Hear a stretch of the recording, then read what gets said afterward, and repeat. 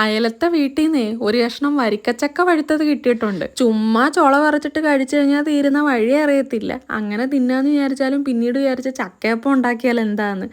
ചക്കയപ്പം ഉണ്ടാക്കുവാണെങ്കിൽ ചക്കയപ്പം ഉണ്ടാക്കി നമുക്ക് കഴിക്കാം. പിന്നെ ചുള അതിൻ്റെ ഇടയ്ക്ക് പറിച്ചിടുമ്പോൾ അതിൽ നിന്ന് 5-6 വായിലും പോവല്ലോ. പിന്നെ നമ്മൾ ചക്കയപ്പം ഉണ്ടാക്കാൻ ചക്കയുടെ ഇലയായ പ്ലാവില തന്നെ അങ്ങ് എടുക്കാമെന്ന് വിചാരിച്ച്. നല്ല മധുരമുള്ള ചക്കയായിരുന്നു കേട്ടോ.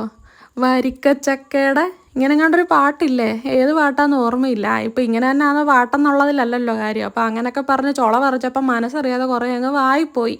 പിന്നെ ഉള്ളതെല്ലാം കൂടെ ബാക്കി അരിഞ്ഞെടുത്ത് പെട്ടെന്ന് അങ്ങ് ചക്കയപ്പം ആക്കാമെന്ന് വിചാരിച്ചു. ഇല്ലെന്നുണ്ടെങ്കിൽ ഇതുണ്ടാക്കാൻ ചക്ക കാണത്തില്ല. പിന്നെ ഇതെല്ലാം ഓരോ പ്ലാവിലക്കകത്തി വെച്ച് ഈർക്കിലും കുത്തി എടുത്ത് വേവിച്ച് വന്നപ്പോൾ എൻ്റെ പൊന്നോ എന്തൊരു മണമായിരുന്നെന്നോ. വൈകുന്നേരമൊക്കെ ആകുമ്പോഴേ നല്ല പ്ലാവിലക്കകത്തി പുഴുങ്ങി വെന്ത് വന്ന് ആവി പറന്നിരിക്കുന്ന ചക്കയപ്പവും പിന്നെ അതിൻ്റെ കൂടെ ഒരു കട്ടനും. പിന്നിനി എന്താ വേണ്ടേ?